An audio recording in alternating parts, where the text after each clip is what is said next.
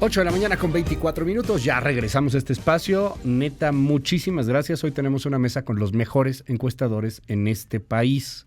Y bueno, pues vamos a platicar de las encuestas, del por qué están así las encuestas. Yo quiero darles un disclaimer a todos los que están aquí. Bueno, muchos nos conocemos, pero este programa es muy de neta. Tenemos algo, ahí sí, en la encuesta prácticamente todos los que lo hacemos, todos los políticos nos caen muy mal, sea del partido que sea.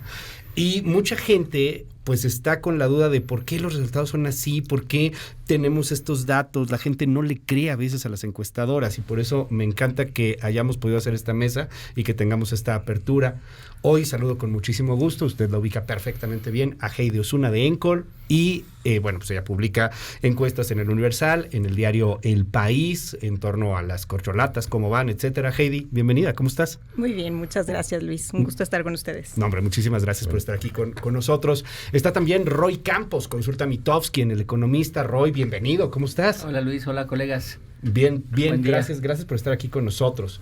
Y bueno, también está con nosotros Rodrigo Galván, él es director de Demotecnia de las Heras, publicas en Forbes, en Excelsior, en Expansión, en todos lados. Gracias, Rodrigo. Gracias a ti por la invitación. Hola, ¿cómo están? Y también Paco Abundis, director de Parametría, que bueno, pues publicas en muchísimos espacios, en La Jornada, se me van por ahí algunos otros, Milenio. Paco, en Milenio también, por supuesto. Mil gracias por estar con nosotros, querido Paco. Gracias por la invitación. La primera pregunta, ¿por qué las encuestas son así? ¿Por qué tenemos esos resultados? A ver, la gente que está escuchando en estos momentos y dice, ay, pues es que los inventan, un día está Paco, o está Heidi, o está Rodrigo, y le voy a poner tantos puntos a tal candidato, le voy a poner tantos puntos de popularidad a tal o cual político. Es bien difícil hacer una encuesta. Más o menos, cada quien díganos cómo se hacen las encuestas, cómo lo hacen en sus empresas particularmente. ¿Quién comienza? Heidi. Bueno, a ver, me gusta poner ejemplos que la gente entienda de cómo y en la vida cotidiana cómo hacen una encuesta, ¿no? Una encuesta lo que hacemos es fotografiar lo que la gente piensa en ese momento, de distintos temas. A veces, pues los que más se publican en medios son de política, pero la verdad hacemos encuestas de todo tipo. Cuando alguien cocina, ¿no? Está haciendo una muestra, ¿no? Cuando tú estás haciendo un pozole, estás haciendo una muestra para probar si está salado o no. Este ejemplo siempre lo pongo porque en Twitter siempre nos dicen, a mí nunca me han encuestado. Sí. ¿Cómo con 1000 entrevistas o con 500 entrevistas o con 1000 entrevistas o 1200 a nivel nacional van a saber cómo piensan todos los mexicanos o todos los electores?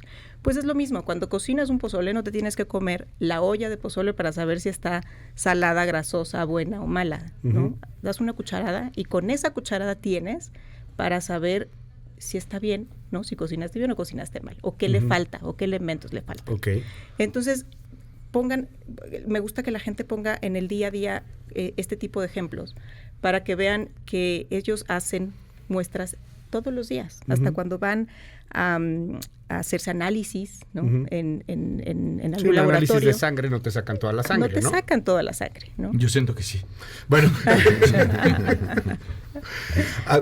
A ver, entonces es una muestra, pero estas muestras pueden terminar por ensuciarse, por hacerse, a lo mejor esa cucharada en particular estaba más salada que otras cucharadas. Pues lo que tienes que hacer justamente es mover muy bien, ¿no? El pozole y tener todos los elementos del pozole. Tienes que tener el grano, tienes que tener la carne, tienes que tener el caldo, ¿no? Para entonces saber. Como en todos lados hay buenos y malos cocineros, ¿no? Okay. Hay decentes y no, el quien le echa agua a la sopa, ¿no? Okay. No, por supuesto, saber, Luis, la fama que tienen las encuestadoras no necesariamente es culpa de las encuestadoras, porque hoy casi que cualquiera puede ser un encuestador y eso es bien importante. O sea, sí es verdad que dentro de los cocineros de las sopas, como dice Heidi, hay buenos y hay malos, como en todo. El pozole no sabe igual en el todos pozole lados. no sabe igual en todos lados, ¿no? No. Y además hay quien le echa agua al pozole, sin duda. O sea, claro. No tengas duda, eso que tú dices, es que la gente dice que las cucharan. No tengas duda, sí hay gente que cuchara las encuestas, que pone números a favor de los clientes, porque si no, no los contratan, o que vende otras cosas, porque hoy la percepción de triunfo es lo que marca la diferencia en las elecciones, y las encuestas es quien habla de la percepción de triunfo, y sí hay quien vende sus números, sí los hay. Ahora, aquí hay encuestas que juntas tal vez sumamos 100 años, ¿no? O sea, sí. 30, 20 y tantos, o sea, yo la mitad de ellos. Sí, bueno, o sea, Roy, exacto. Entonces, el prestigio, la fama, no, si tú haces un mal pozole, no vas a durar en el mercado, ¿eh? Okay. Aunque ese es otro tema que podríamos entrar ahorita sobre el mercado de las encuestas. ¿No? El mercado, que es un mercado que efectivamente es un mercado que se ha ensuciado igual que el mercado de las noticias. Claro, por supuesto. O sea, a ver, por supuesto. Las redes te generan noticias no, claro, falsos, y también es cierto, a ver, hay periodismos militantes, y hay estaciones militantes, y hay estaciones Lord Moléculas, y hay estaciones Loret. Tu pregunta es un poco entenderla en la encuesta, o sea, entender. A ver, no tenemos por qué exigirle al ciudadano que sepa estadística. Okay. O sea, no tenemos por qué exigirle, primero, claro. ¿no? Pero tenemos que pedir que confíen los que sí saben estadística. Igual que va un doctor y confía porque sabe medicina. Y en los que saben estadística. Es un poco lo que tenemos que hacer. Sin embargo, hay temas que aunque vayas con el experto, vas a tener problemas. Sí, a ver, a los americanistas, si les dices que la Chivas es el equipo más popular, te van a brincar. O sea, te van a brincar. Porque seguro, ¿no? Porque es un tema así como que está dentro de ellos y siente que su entorno es el mundo. Igual pasa con la política, ¿no? O sea, no importa que te expliquen, ellos van a creer en la encuesta que coincide con su forma de pensar. Claro. Pero quiero poner un ejemplo, a ver. Voy a hablar de probabilidades. No voy a dar probabilidades, pero a ver, esta persona que dice no creo en las encuestas, seguramente se vacunó contra el COVID. O sea, probablemente se vacunó con el... Bueno, para encontrar esa vacuna, se hizo una muestra. O sea, se hizo una muestra y a ciertas personas se vio para ver la efectividad y con eso se pensó, se intuyó que el total de la población esa efectividad iba a tener la encuesta, la vacuna. Y esa persona que no cree en las encuestas fue a vacunarse porque sí creyó en las encuestas que hicieron para la vacuna. Déjenme hacer una pregunta. ¿Cómo escogen a quién van a preguntarle? ¿Cómo le hacen, Paco? O sea, ¿en dónde encuentran una lista de las personas a las que les van a preguntar? Y me llama la atención porque ahorita me empezaron a escribir algunas personas que dicen, a mí me hablan casi diario para preguntarme cosas, ya no quiero que me hablen, por favor. Tienes razón. ¿Cómo le hacen? Tienes razón. Estos encuestadores malos. Sí. Mira, antes de entrar a ese tema te diría que aquí tenemos problemas genéricos, es decir, que comparten muchos otros colegas en cualquier lugar del mundo y otros muy concretos. Los genéricos son... La gente no está acostumbrada a pensar en términos de probabilidades. Es decir, cuando nosotros damos un dato, y esto nos pasa también mucho en la relación con los medios, los medios quieren hechos, no probabilidades. Claro. No es de, a ver, ¿quién va a ganar en el Estado de México? ¿No? Dame un estimado y, por favor, que se acerque a lo queremos que va a pasar. Queremos una predicción, ¿no? Queremos que sea nuestra bola de cristal. Pero entonces, ustedes. Cuando pones números alrededor del número que cualquiera pueda dar, y dices, quítale, esto es más menos 2, y es la probabilidad de que pase esto es de 95%, ya empezaste a complicar el asunto. Pero eso pasa en el mundo, es decir, puede pasar en las democracias más consolidadas, donde se fundó Gallup en Estados Unidos, y siguen teniendo el mismo problema. En concreto, en este país, hoy día creo que tenemos una crisis, yo llamaría casi dramática, que es publicidad que se presenta como investigación. Y eso nos está generando digamos, un desprestigio y un poco lo que decía Rodrigo, que no son investigadores, o sea, es gente con un PowerPoint, sí, ¿no? Claro. Que se chupe el dedo, lo pone al aire y dice, a este le voy a poner, ¿no? Tanto como... Pero cuando haces investigación te enfrentas a problemas reales como ¿no? ¿Cómo encuentras a las personas que quieres?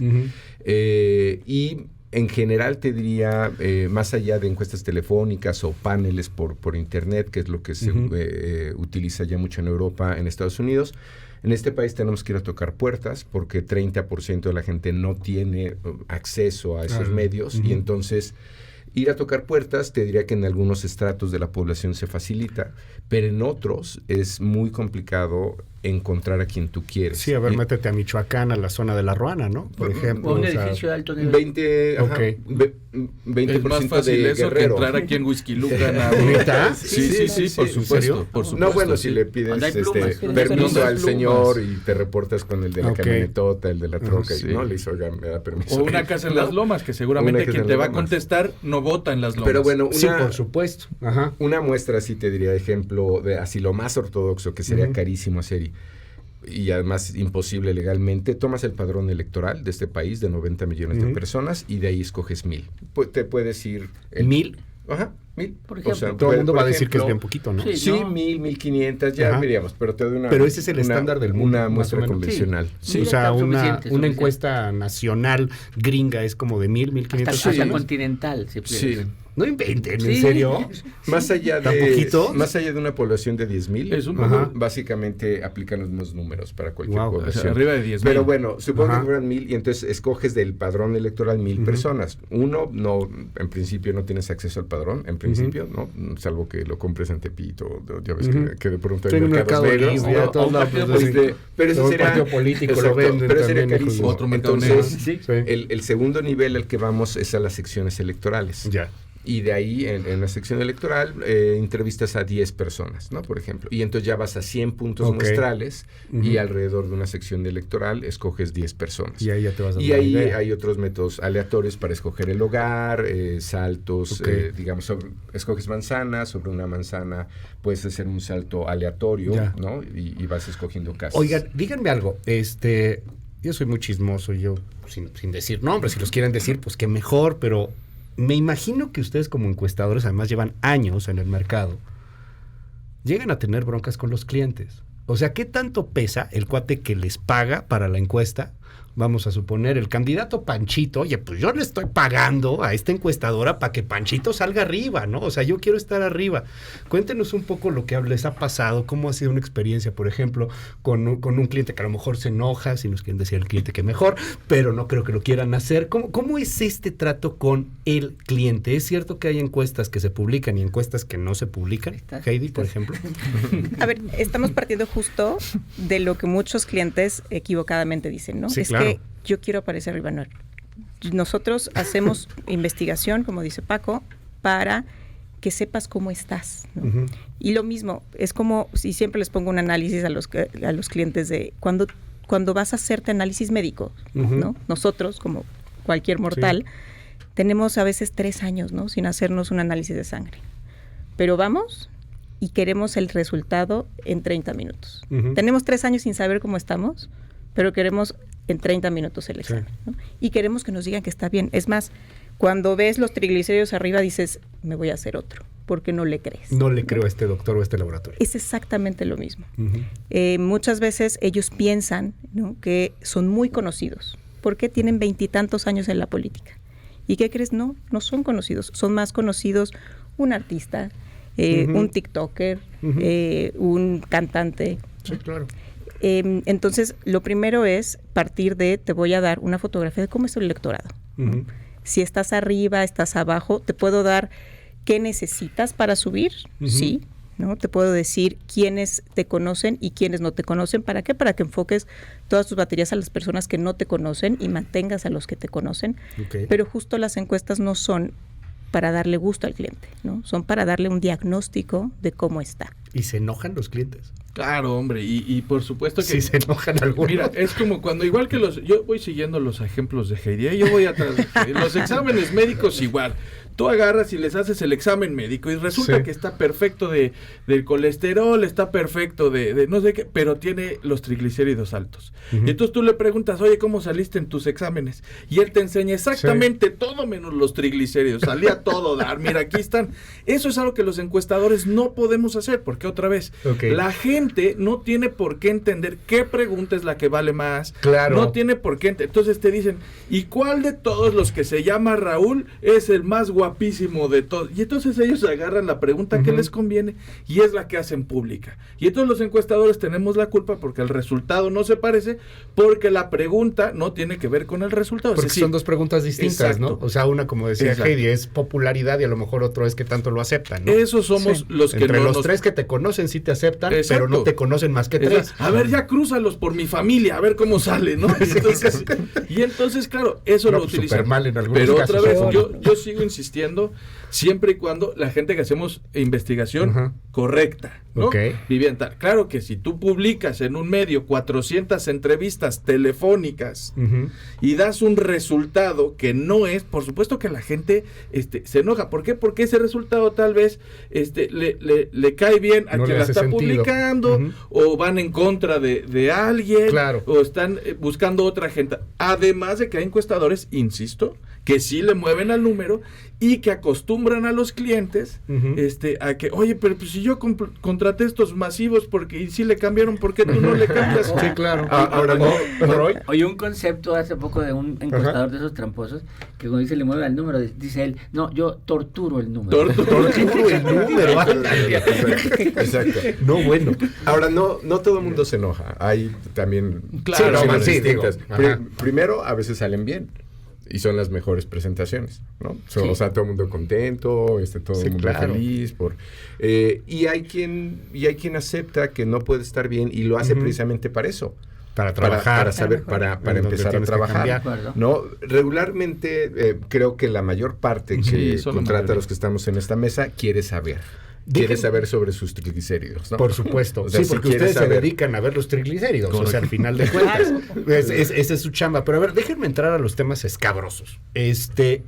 Hoy hay una elección presidencial, está adelantada, se están dando con todo, que les borran las pintas, que hay una favorita, que, bueno, en fin. Van a escoger en Morena por encuesta al siguiente candidato o candidata presidencial. Y de acuerdo a los números que creo que todos ustedes 4 tienen, es muy probable que ese candidato o candidata hoy día es muy, muy, muy probable que ese se convierta en el siguiente presidente o presidenta. Cada uno, yo les pediría que nos dijera cómo tendría que ser esa encuesta. A lo mejor no están de acuerdo, cosa que se vale, digo, por eso es esto, pero ¿cómo tendría que ser esta encuesta? Tendría que ser de varias preguntas, de una sola pregunta, tendría que ser abierta, tendría que ser cerrada, sienten que hay un piso parejo, que no hay un piso parejo, no sé, ¿cómo tendría que ser esa encuesta, Heidi? Pues eso lo tiene que definir un partido político, ¿no? Ajá. Creo que Morena... O un líder.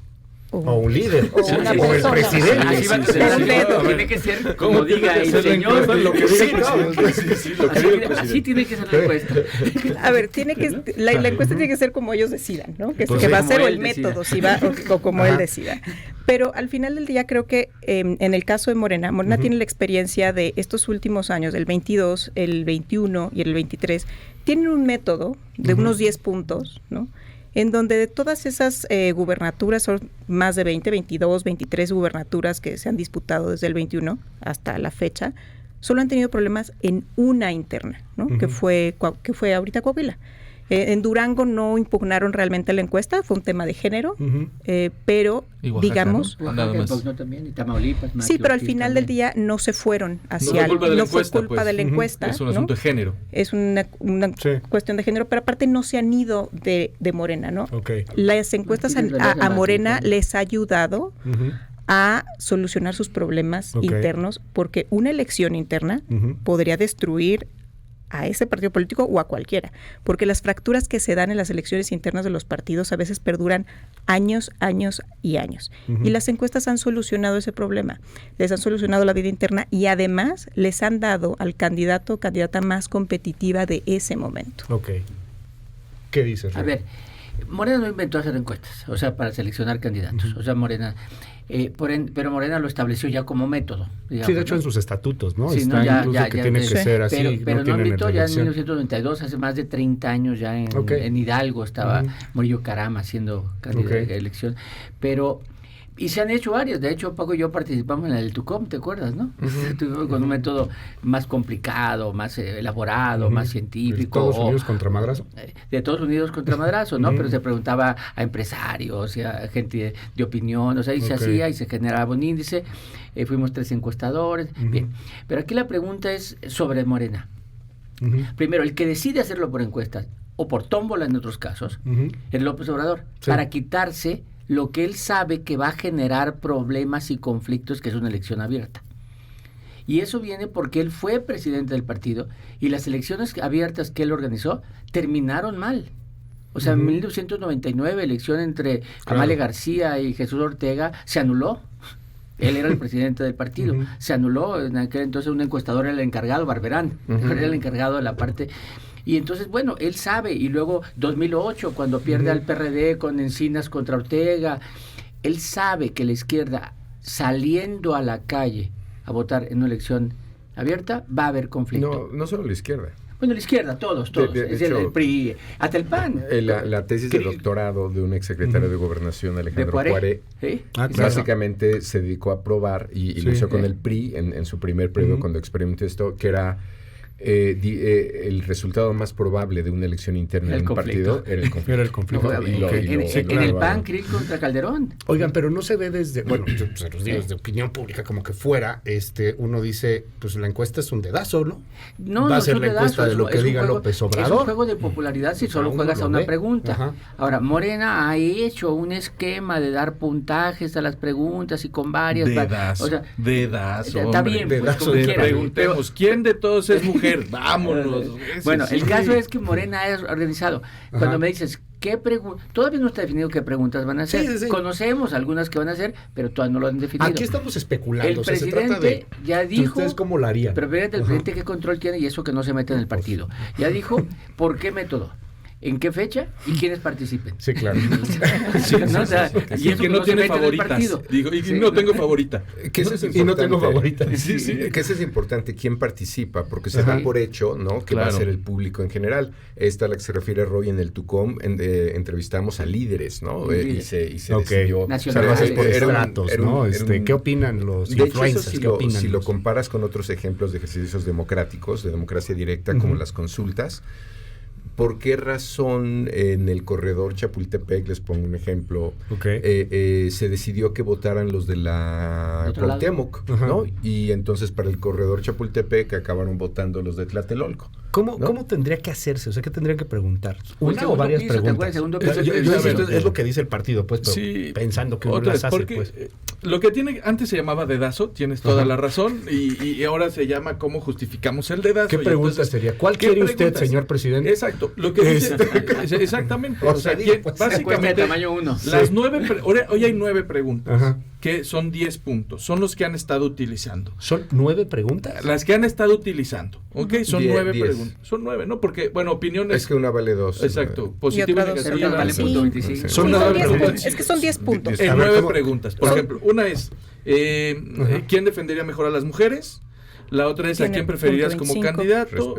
¿Quién sería el exacto? O sea, básicamente son 9 preguntas de quién se parece más a López Obrador. Ese es básicamente. O sea, no es una sola. No, son 9 preguntas. Y no importa si las ganas. Quiere que sea una sola. Ebrard quiere que sea una sola. Exacto. Hay una que es ¿quién conoce más el país? ¿No? Es decir, de estas 9 preguntas, no importa si las ganas por mucho o por poquito.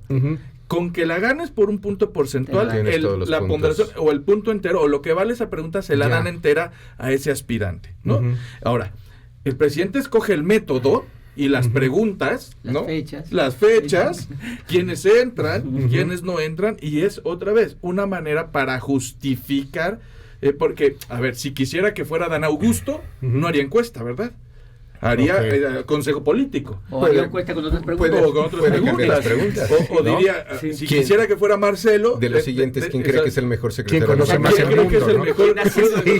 ¿Quién tiene mejor relaciones con Estados Unidos? Y a lo mejor gana Marcelo. Las preguntas y el método que están hoy están claritos. A ver, ahí nada más creo que sí diferir un punto con Rodrigo es el hecho que se esté haciendo así ahora no quiere decir que en general así funcione el método.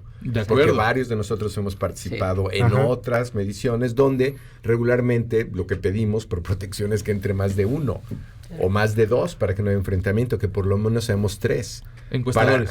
Encuestadores, para que generalmente coincidimos, ¿no? Entonces ya te quedas claro que... Y si no coinciden, vaya bronca, bueno, llega a pasar porque es un candidato presidencial.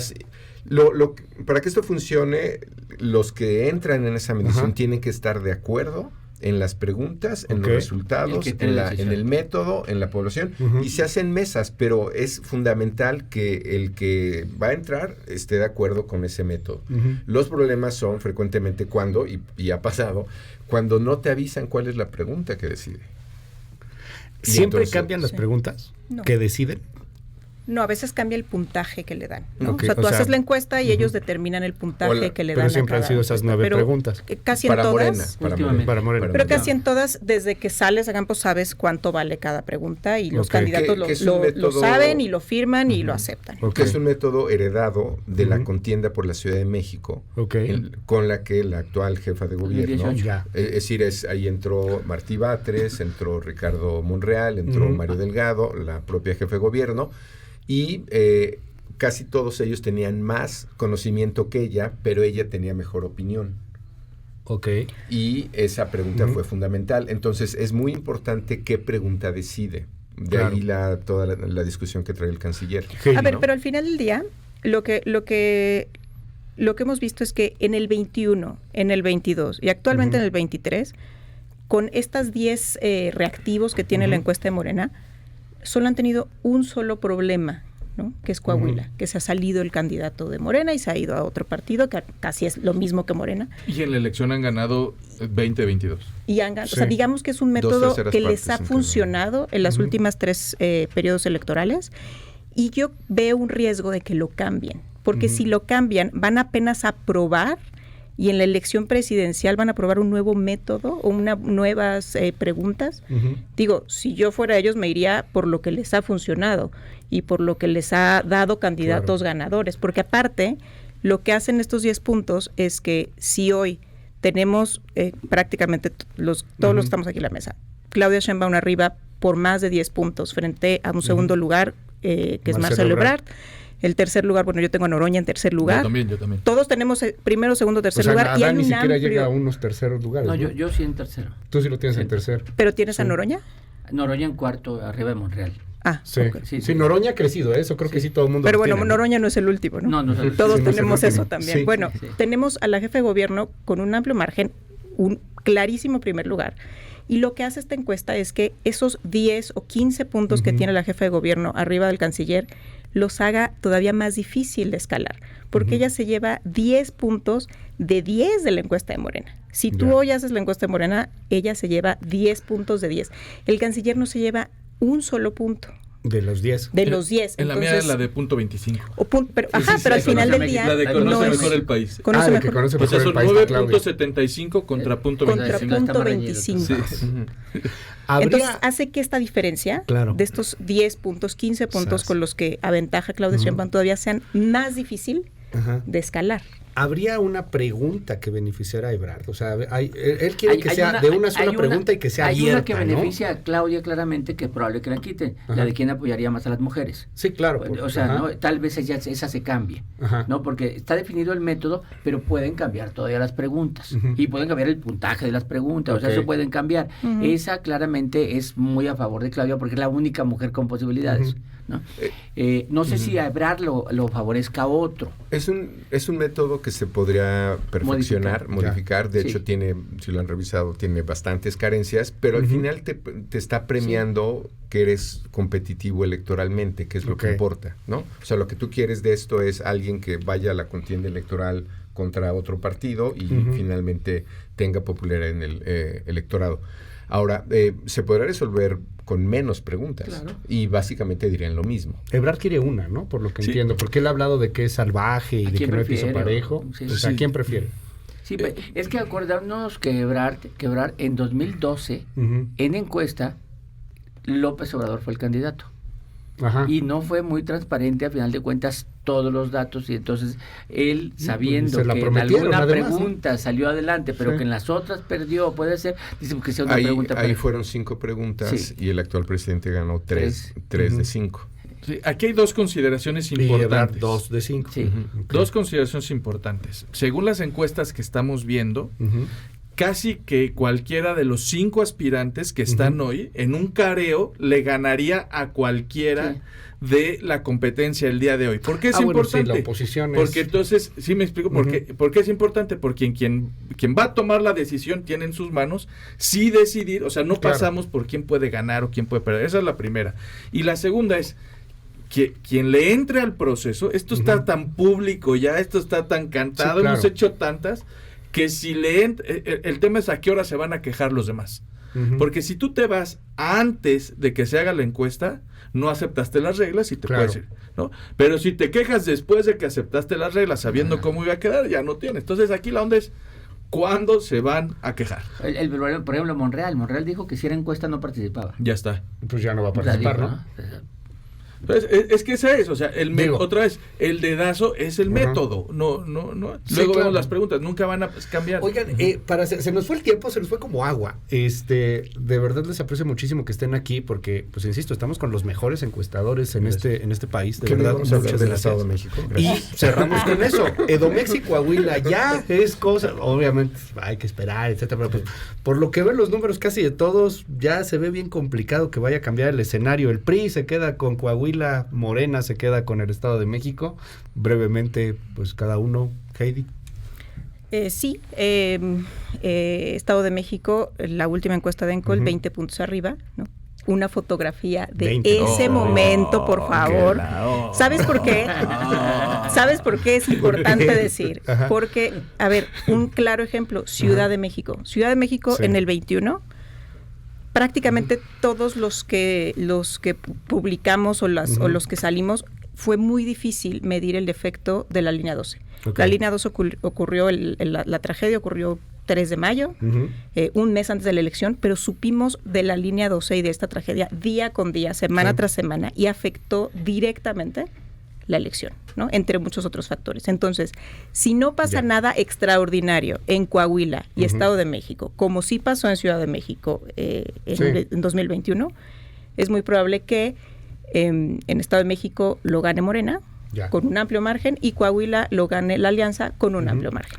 Heidi, muchísimas gracias por estar aquí con nosotros y siga las encuestas de Encol en el diario El País, en el Universal, en varias publicaciones. Paco Abundis, ¿tú qué ves?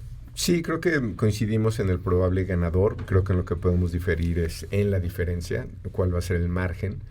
Creo que la mayor parte de los que estamos aquí en el Estado de México tenemos 2 dígitos de diferencia, digamos más de 10.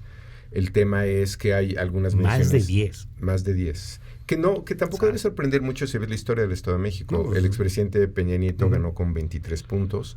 Erubiel Ávila en 2011 ganó con más de 30. Ya. Sí, el Estado de México... Y Alfredo del Mazo por 1. Por 2.8. ¿3? 2.8. O sea, pero sí va a ser una guamisa despiadada. Pero eso voy. Es el contraejemplo, digamos, lo que pasó hace 6 años. Está cañón. Entonces, digamos, sí parece que puede ser una elección no tan complicada como la que tuvo el actual gobernador del Mazo.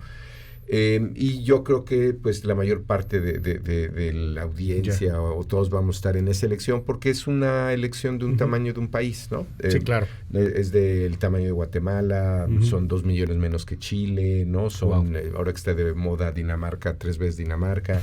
Entonces sí, es un país, es como el Cataluña de México. O sea, tiene 20% del PIB y representa 10% de la población. Pues mientras no se quieran salir también, mientras no se quieran separar. Sí, no. De hecho, yo cada que veo a los policías de Nesa digo, los mozos de escuadra. Paco Abundis. Números económicos, básicamente.